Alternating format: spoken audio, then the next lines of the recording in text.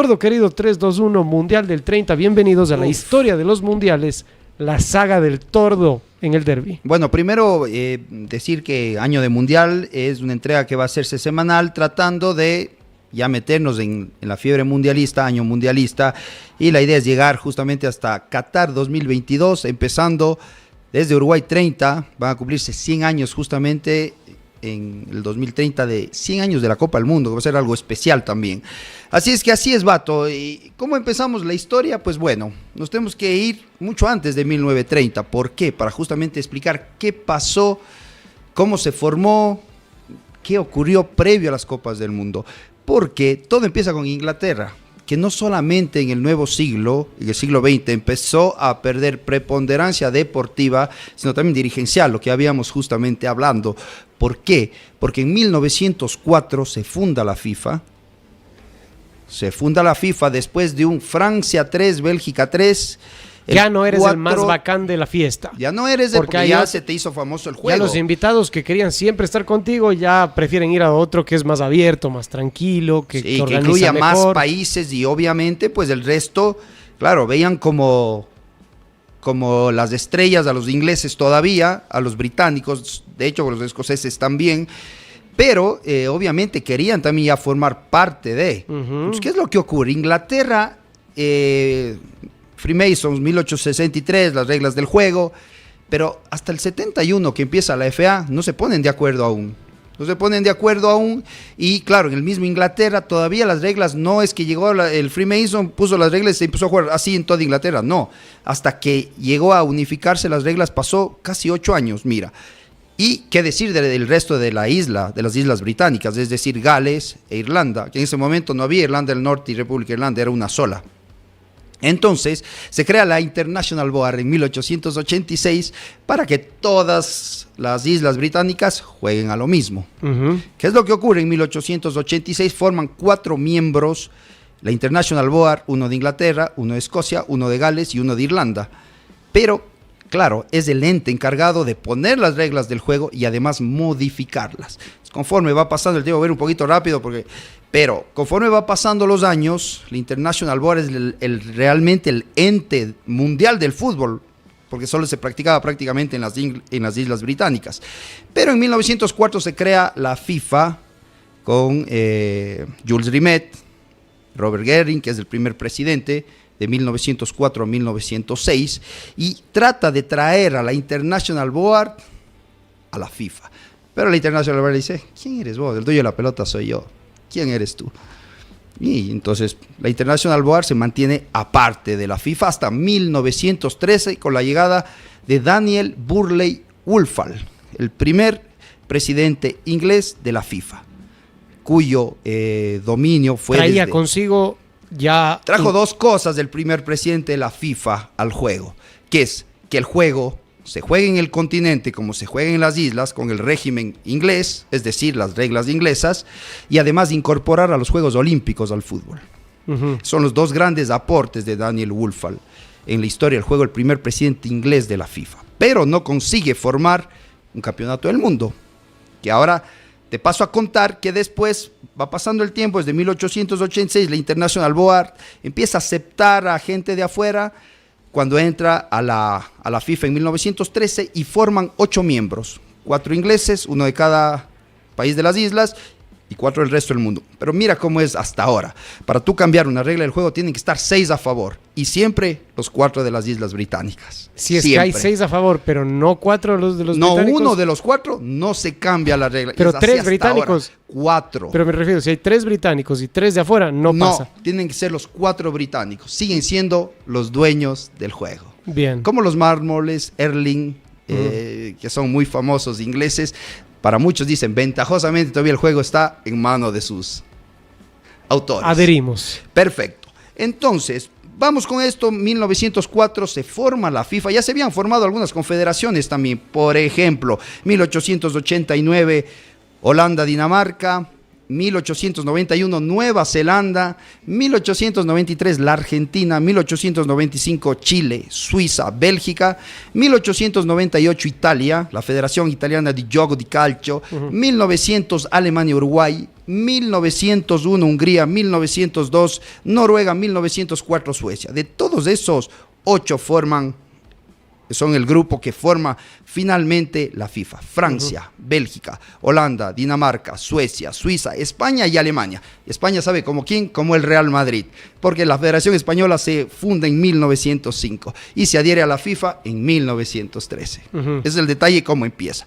Bueno, se designa a Robert Guerin como primer presidente de la FIFA, el francés, y al secretario Hirschman, neerlandés. ¿Y qué es lo que le dicen a Hirschman? Quiero que me organices un campeonato del mundo para 1906 en Suiza. Para 1906, o sea, desde ese momento ya quería un campeonato. Esa era la idea de la FIFA, controlar todos los partidos internacionales de fútbol. Ese era su principal objetivo en ese momento, porque se creó la FIFA. Pero en ese momento se iban a jugar un campeonato de 16 equipos. Estas reuniones que empezaron a llevarse a cabo plantearon un campeonato de 16 equipos. En el grupo A, Inglaterra, Irlanda, Escocia, Gales. En el grupo B, Francia, Bélgica, Holanda, Dinamarca. En el grupo C, Italia, Austria, Hungría y Suiza. Y en el grupo D, Dinamarca, Alemania y Suecia. Pero ¿sabe qué? Cuando ya se acabó el plazo de inscripción, ni siquiera Suiza, que fue el sede, llegó a la inscripción a la FIFA en 1906. O sea, no le dieron bola, era menor. Bola. El fútbol tuvo que... Ya estaban adscritos a la FIFA, pero no le dieron bola. No le dieron bola. ¿Qué es un mundial? No, eso no va a pegar, eso no sirve. No. Bueno, el fútbol que hizo se refugió en los Juegos Olímpicos. Y en 1908, en Londres, queda campeón Gran Bretaña contra Dinamarca. En 1902, en Estocolmo, queda campeón Gran Bretaña con Dinamarca. Digamos que no era permitido los profesionales en esos campeonatos, solo eran amateurs. Y se para por la Primera Guerra Mundial y en el 2020 en Amberes queda campeón Bélgica. 1920 se retoma los Juegos Olímpicos, 24 París, Uruguay, 28 Ámsterdam, Uruguay. Uruguay en el 24 le gana a Suiza 3-0 y le gana a la Argentina en el 28 en Ámsterdam.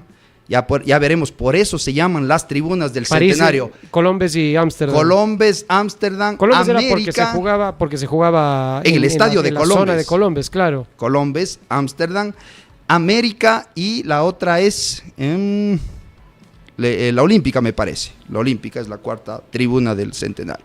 Entonces, se refugia el juego ahí. Pero llega en 1928 y bueno, hay 2 reuniones fundamentales en Barcelona y en Ámsterdam, en donde se acuerda celebrar un mundial cada 4 años con continente invertido, es decir, América, Europa, América. No se firmó, pero se pactó eso entre los que estaban ya formando parte. A los años 20 ya habían como 41 federaciones nacionales asociadas a la FIFA.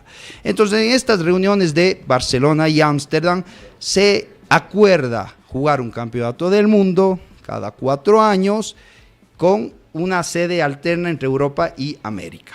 Y se designa a Uruguay, porque Inglaterra se había salido de la FIFA ya en ese momento, porque no le dejaban participar con su equipo de profesionales en los Juegos Olímpicos. Bien. Inglaterra sale 2 veces de la FIFA. En 1916, cuando Alemania pide que se le excluya a Alemania por haber formado o haber provocado la Primera Guerra Mundial, y se le saca en el año 28 porque no le dejaron participar en las Olimpiadas con su equipo de gala estelar, y sale la... Entonces el principal candidato era Uruguay, porque venía de ganar los 2 Olímpicos, había ganado 6 de 9 Copas Américas que se habían disputado desde 1916, y además tenían el auge del fútbol en ese momento, era Uruguay. Todos los europeos aplaudieron, sí, pero no se dieron cuenta que el viaje era de 20 días. Todos aplaudieron. ¿Qué avión? No tenías ¿Qué avión? Tienes que venir en barco. Y ya te voy a contar cómo llegaron los países europeos. Yo creo que nos va a quedar corto. Ya vamos a dejar preparadito para empezar el mundial rapidito del 30 horas. Si quiere, vamos. No, pero acelera un poco, digo, porque viene contra Rock Hits. Exactamente, porque ya se nos quedó corto. Ya me contaste los grupos del mundial que no fue, claro. Exacto, es que era importante 6 para que y para que la gente se dé cuenta que hacer un mundial no fue una cosa fácil. No fue una empresa fácil para Jules Rimet, que de hecho tuvo que sacar plata de su bolsillo para que su mismo país viaje a Uruguay. Entonces, se designa Uruguay, el Mundial se tiene que jugar desde el 15 de julio al 15 de agosto, con 16 equipos, pero a última hora se bajan de la camioneta 3 equipos de América. Quedan 10 americanos y 3 europeos. Ecuador estuvo invitado y no Perdón, pudo 9 dejar por americanos plato. y 4 europeos. No tuvo plata para ir. De hecho, de Sudamérica, los únicos que no fueron es Ecuador, Venezuela, Colombia y nadie más. Fueron todos el resto. Y bueno, empieza entonces. Bueno, ¿Cómo viajan los europeos? Los europeos viajan por... Esto es...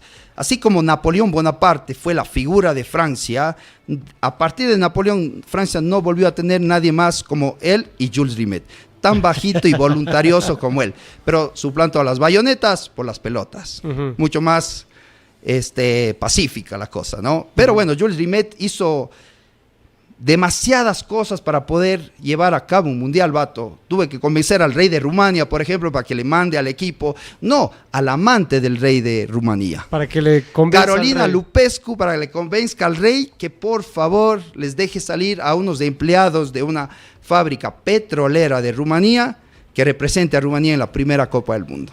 Por ponerte un ejemplo. Y además, el fútbol era amateur en Francia todavía y tuvo que armar y pedir permiso en los trabajos de los jugadores para que los franceses puedan venir a participar y representar a Francia en la primera Copa del Mundo. Y tuvo que poner dinero de su bolsillo, Jules Rimet, incluso erogar plata de su bolsillo para poder pagar esos sueldos que no iban a ser pagados en esos días de las empresas francesas. Además, se sumó Yugoslavia y Bélgica, que había sido el más fuerte, Bélgica en los papeles, que había sido campeón olímpico en Amberes 1920. Todos viajan en un solo barco, el Conde Verde, que hay una foto, si mapache, por ahí, es impresionante, las 4 El selecciones Conde Verde europeas, se llamaba el barco de la y viajan empresa, todos. Blue Star Line, como la del Titanic, White Star Line, este era Blue Star Line. Mira. En ese momento. Viajan las 4 selecciones europeas, pasan el Atlántico, 20 días. 20 días todos juntos y llegan a Montevideo. Bueno, la idea era que eran 16 Increíble. equipos. Increíble, algo insospechado el día de hoy. Nos da unos descuentos de lo que quiera, dice, dele todo. No se vaya a ir hasta el 45, lo único que le pido, dele. Bueno, llegan los 4 equipos europeos en barco después de 20 días. Y claro, imagínate tú si era una eliminación directa de 16 equipos, jugaban un partido y tenía que regresarse otros 20 días de Europa. Entonces la FIFA, con buen criterio, dice, no, hagamos grupos, ya que nos fallaron 3, quedan 3 equipos, un grupo de 4 y 3 grupos de 3, para que al menos garanticemos 2 partidos a cada selección. El Mundial iba a empezar el 15 de julio, como te digo, se adelanta al 13 de julio por estas deserciones. Se tenía que jugar en el Estadio Centenario, que se construye por el Mundial y por la conmemoración de los 100 años de independencia de Uruguay. Por eso se llama Centenario. Por los 100 años de independencia del país, de la República Oriental del Uruguay. Y a partir de eso, el estadio no llega a tiempo y tiene que jugarse en Pocitos, en el estadio de Pocitos de Peñarol y en el gran estadio Parque Central de Nacional del Bolso. En esos 3 estadios se jugó la primera Copa del Mundo. El 13 de julio nunca pensó Florian Laurent que iba a tener la dimensión que tiene el día de hoy de convertir el primer gol en la historia de los mundiales. Seguramente en ese momento la celebración del gol fue lo mismo que hacer un gol del Intercolegial en ese momento. Eso es lo que decíamos hace un rato, y Andrew, y toda la gente que nos está escuchando y mirando, hay que entender que no se sabía que el fútbol, tú oyes Mundial del 30 y piensas que estás hablando de un Mundial como hablar insospechada el éxito de que uno iba a del tener. 74 No. o de 78 o del 82 o un Mundial del 2002, sí, con más, no, porque no se sabía que el fútbol De hecho, ya era más pegaba. importante era ser campeón del fútbol olímpico que del mundial en Hasta ese momento, por supuesto. Uruguay no sabía que esos 2 mundiales que ganó en esos años resultan hasta hoy su gran orgullo. Sus 4 estrellas. Sí, ya les obligaron a sacar las 2, Sí, ¿no? les obligaron bien a hechito, sacarlos. está bien. Dele. Entonces se debuta en un partido, es más con nieve. Cuenta Florian Laurent que hizo un gol en que se medio juega de en la el nieve, invierno, en el en el invierno invierno. Uruguay. Pasaron del verano francés, hoy día hablamos justo con Andresito, de que, bueno, ese equipo francés era blanco todo, Andresito, todo blanco. Y Florian Laurent hizo el primer gol en la historia de los mundiales sin pensar y sospechar la fama que algún día iba a tener. Después de esto, México anotó gol Carreño y bueno, después Languiner y Massiot hicieron los 2 goles que terminaron en una victoria contundente de Francia, 4-1 en el debut mundialista en el Estadio de Pocitos. El grupo lo completaban Argentina y México. Los favoritos indiscutiblemente, Bato, antes del mundial eran Argentina y Uruguay. Uruguay, favorito de todo el mundo. Argentina, como siempre, el orgullo argentino, dijo no, el favorito soy yo. Argentina. Se habían encontrado en el 28 en la final de Ámsterdam, pero las relaciones, no solamente deportivas, futbolísticas, ya estaban muy caldeadas entre los dos países. Tanto así, ya te voy a contar la final, lo que pasó previo a la final, que es algo impresionante. Argentina debuta con Francia, gol de Luisito Monti, el famoso oriundi que después fue campeón con Italia en el 34, el número 5. Antes se podía, ahora ya no hay cómo. De la selección argentina, juventino, un tipo que le gustaba meter la piernita fuerte, que era un mariscal del campo, más o menos Edwin Tenorio, para que la gente nos entienda hoy en día. Un Obdulio Varela, Obdulio Varela, así mismo. Eso hizo en el 50, Obdulio Varela. Sí, por eso. Luis Monti le gana a Francia, faltando 9 minutos, hace el gol de la victoria argentina, insospechada, porque Argentina era gran favorita frente a Francia, pero le costó un Perú ganarle a los franceses. Y después de esto, hay una leyenda muy importante en este partido, que es de el árbitro brasileño, que pita faltando 9 minutos del final. Se iba Languiller, el delantero francés, solo, pita el final. Y viene el técnico brasileño y dice, oiga, faltan 9 minutos. Ya en los vestuarios los manda a llamar, a jugar de vuelta. Sí, y los franceses querían morir, porque le quitaron una opción clara de gol, y el partido termina 1-0 de Luis Monti. A todo esto, la táctica que se jugaba en ese mundial era 2-3-5, 2 defensores, 3 mediocampistas, 5 delanteros. Bueno, el capitán argentino es Manuel Nolo Ferreira. En ese momento, Andresito, él era estudiante de administración de empresas en la Universidad de Buenos Aires. Justo en el mundial tiene que rendir su examen final. ¿Y qué es lo que hace Manuel Nolo Ferreira? Dice, bueno, me tengo que ir a rendir el examen, regreso. Rindió el examen en el segundo partido y volvió para el tercero, el capitán de la Argentina, para que vea lo que era el mundial en ese momento. Se permitía ir a la universidad de ir y regreso. Sí, Manuel Nolo Ferreira. Bueno, entonces este grupo termina, Chile fue la sorpresa de ese porque le termina ganando 3-1 a México y 1-0 a Francia. En el partido contra Francia, le gana 1-0 gol de Vidal, no el Rey Arturo, otro Vidal. Pero aquí se da otra cosa significativa en la historia de los mundiales. El primer penal atajado también lo hace, adivine quién, un francés, Tepot. Le tapa a Vidal el penal y después se reivindica y termina haciendo Vidal el gol que le da el 1-0 para Francia contra Chile y le termina, o mejor dicho, Chile contra Francia y lo termina poniendo fuera del camino. Y el partido definitorio fue Chile-Argentina, en donde Argentina le gana 3-1 y ahí aparece ¿quién? El infiltrador. Uno de los 30 antes del gran Lionel Messi, antes del 2019. 2 goles en ese partido. No me hagas enojar, sigue contando. Sí, me va a hacer enojar de gana. Argentina 3, Chile 1. Ese es mejor que un fútbol que había que irse a dar examen y volver, ¿no? Claro. Pero ustedes no saben lo que pasó después. Bueno, en el grupo B se enfrentaba Brasil, Yugoslavia y Bolivia. Bueno, Brasil también todo de blanco, Andresito. No solamente en los hombres que jugaban, sino también en la camiseta. No existía la verde amarela. No, jugaban de blanco.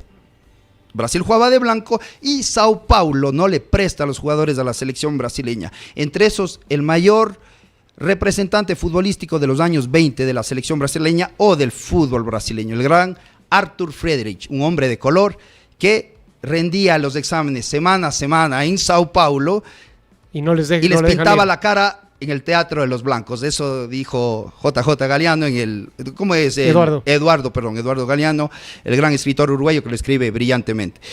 No lo prestan a Friedrich y Brasil creo que es la única vez que se elimina en primera ronda en toda la historia de los mundiales. Sí, claramente. Juega con Bolivia y Yugoslavia. Yugoslavia con Yassi, que fue el mejor golero de la Copa del Mundo, impidió que el equipo brasileño se ponga enfrente y terminó perdiendo el partido 2-1. Bolivia perdió 4-0 con ambos y salía a la cancha de una forma muy particular. Viva Uruguay, porque si tú pones las Viva Uruguay, las 11 letras, era una letra por cada jugador y cada vez queriendo ganarse a la hinchada uruguaya. No sirvió de mucho porque perdieron 4-0 ambos encuentros. Pasa Uruguay a la semifinal, pasaban solo los primeros de la fase zona. de grupo vas a la semi directo. A la semi directo. El tercer grupo es el de Uruguay. Y debuta Uruguay en el centenario, 5 días después de que empezó el Mundial. Recién estaba listo el centenario a los 5 días, todavía en obras, pero ya era posible jugar a los 5 días. Se da la inauguración, empezado ya los partidos, lo quisieron hacer en Qatar 2022, por ejemplo. Y Uruguay juega con Rumanía y juega con Perú. Plácido Galindo es expulsado por empujar al árbitro en una acción muy llamativa en el primera Copa del Mundo frente a Rumanía. Pierde el partido Perú y en el partido definitorio gana Uruguay 1-0, gol de Héctor Castro, y en el partido definitorio frente a Rumanía termina ganando 4-0 la Celeste, que daba un fútbol champán en ese momento y clasifica a la semifinal. Y por último, el grupo de Estados Unidos, Paraguay y Bélgica. Estados Unidos da la sorpresa con el gran Patenaut, que para muchos es el primer autor de un hat-trick en una Copa del Mundo, pero la FIFA le quitó el honor porque dijo que el tercer gol había sido un autogol de un jugador paraguayo. Paraguay pierde el partido 4-0 con Estados Unidos y le gana a Estados Unidos a Bélgica 4-0 y termina Estados Unidos metiéndose en las semifinales de la primera Copa del Mundo. Fue entonces la semifinal Argentina, Estados Unidos y Uruguay-Yugoslavia. Y para una situación muy también paradójica, ambos partidos quedaron 6-1. Empezó ganando Estados Unidos Brown, con gol de Brown, y le termina dando una boleta a Argentina con 6-1. 6-1. Otra vez con goles de ¿quién? Del infiltrador. 2 goles de Ferreira. No, de Guillermo Stabile. Stabile, ok. El goleador de la Copa del Mundo con 8 goles. Bien. Le termina ganando 6-1, pero aquí se da otro dato muy bonito y pintoresco. En una jugada sale a reclamar el director técnico de Estados Unidos, Bob Miller, con el masajista, y llevaban cloroformo. En ese momento los jugadores, cuando estaban muy golpeados, les ponían cloroformo para anestesiarles y poderles suturar o alguna cosa. Bueno, se le cae la maleta y el árbitro, no el árbitro, el árbitro del compromiso cae tendido sobre el césped por el cloroformo en una semifinal, se anestesió, imagínense eso. Increíble. Esas historias de las Copas del Mundo son un deleite, la verdad que sí. Y bueno, clasifica entonces. Clasifica Argentina sin problema. Sin problema, y Uruguay le mete también ese desmayo. Sí. Los árbitros dirigían con terno, ¿no? Sí, señor. John Langenus, el belga, dirigió de terno, boina, corbata, camisa y todo eso en la final. Hay fotos con los dos capitanes, José Nasasi y Manuel Nolo Ferreira en el centenario. Ahí hay la foto incluso. Impresionante. Impresionante. Después se juega la final. Bueno, imagínate, Vato, que estuvieron 13,000 hinchas argentinos y 3,000 más se quedaron en el puerto uruguayo sin poder pasar porque ya los uruguayos no les dejaron pasar más. De hecho, hay una compañía italiana, un crucero que lleva a hinchas argentinos, pero la niebla y además las autoridades uruguayas no les permiten pasar a Montevideo y tienen que regresarse. El partido fue una verdadera batalla previa porque al gran Luisito Monti lo amenazaron hasta de muerte en mensajes anónimos, y obviamente pues él dicen que no había jugado del todo bien por esas amenazas, y además porque la Juve, hay otra más rocambolesca historia que dice que la Juve había hecho esos mensajes anónimos para que él quiere irse de Argentina y vaya a jugar a la Juventus. No se vaya ni a lesionar ni nada. Exactamente. Bueno, el partido se juega, Vato, con 2 balones. El primer tiempo el balón argentino, el segundo tiempo el balón uruguayo. Vos dirás, bueno, no tiene mucho que ver. Pues no fue tanto así, porque en el primer tiempo Argentina ganaba 2-1. Con su balón. Con su balón, y en el segundo tiempo Uruguay, después de la arenga de José Leandro Andrade, la perla negra, la maravilla negra, que jugaba de interior izquierdo o de volante izquierdo, de 8 si tú quieres, que está considerado uno de los mejores jugadores uruguayos de todos los tiempos, dio un golpe de puño. No tenemos derecho a perder. Ellos no son más que argentinos y nosotros somos uruguayos. Esa fue la arenga que utilizó. Saltó el equipo uruguayo al segundo tiempo y le dio vuelta al partido. Con su balón, 4-2. Pancho Barallo, aquí también hay otra historia, que Pancho Barallo, gran jugador de Boca Juniors en ese momento. Como no, Francisco. Fracturado el pie, juega, no le dice al médico, juega calladito y prácticamente jugó fracturado el pie todo el partido. Al final Uruguay ganó 4-2, se consagra campeón del mundo, fuimos un poco a vuelo de pájaro. No, pero qué vuelo de pájaro, vas 22 minutos. Muy bien. Esa es la historia donde Uruguay se consagra campeón del mundo. Por ejemplo, Pedro Sea en la semifinal fue el primer jugador oficial en hacer un hat-trick y fue el único en estar en todos los minutos de París 24, Amsterdam 28 y Uruguay 30. Tordo. La delantera de Uruguay, solo termino con esto. Sí. Dorado, del Bellavista. Pedro Sea, Escarone, el mago Escarone, jugó en el Barcelona de España y en Nacional. Héctor el Manco Castro, Pedro Sea ya te dije, y Victorino Iriarte, que jugaba en el Racing de Montevideo, una delantera increíble en ese momento. Y el capitán José Nasasi, que jugaba al lado de Mascheroni, que había reemplazado a Arispe, que era el otro defensor que acompañaba al mariscal Nasasi en París 24 y Ámsterdam 28. O sea, sí fue la base de los olímpicos. Masali, previo al Mundial, encontraron con chicas de dudosa procedencia en la concentración y convocaron a Enrique Ballestero, el pulpo. El hombre de Rampla Juniors se convirtió en figura de aquel Mundial. Muy bien, Tordo, un campeón. Bienvenidos a la historia de los mundiales con el Gran Tordo. Primera entrega de todos los capítulos que tendremos semanales. Un poquito ahí fuimos, pero bien. No, qué son las 8:45, es una vergüenza lo que te hemos quitado de tiempo, Andrew, pero estuviste enganchado. Querido, menos mal gracias. Nos diste tú el ok, si no yo saldría escondido por ahí. Chao, señores, esto fue la historia de los mundiales con el Tordo, capítulo 1.